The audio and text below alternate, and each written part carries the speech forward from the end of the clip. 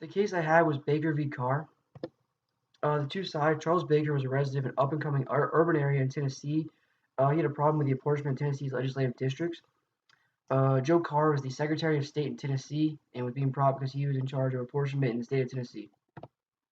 Charles Baker and other residents of the up-and-coming urban areas in Tennessee were upset because they felt the state's apportionment was not reflecting of the new population, as more people were moving from rural areas to urban areas, and Tennessee's apportionment system had rural votes counting more than urban votes.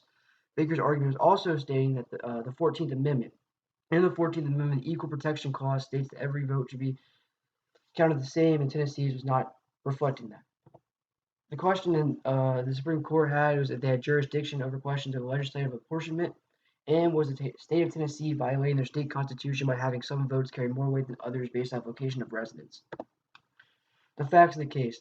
Traditionally in the South during this time, rural areas were overrepresented due to population.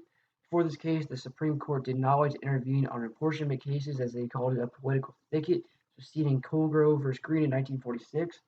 In the argument, in argument questions if Tennessee was violating the Equal Protection Clause by having one vote count for more than another. I believe this case should be resolved in favor of Charles Baker because every vote should count the same no matter where you live. I believe that because America is founded on equality.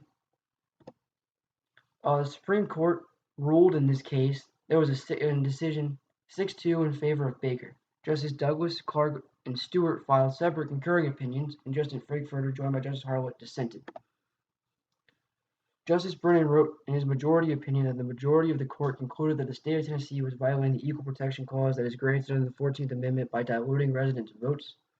Also wrote in the opinion there were no political questions to be answered in the decision, and Justice Brennan stated in his that he could not state, summarizing the quote, he could not find the Equal Protection Clause that was being justified in this situation, and that there was no Equal Protection Clause being used in the situation.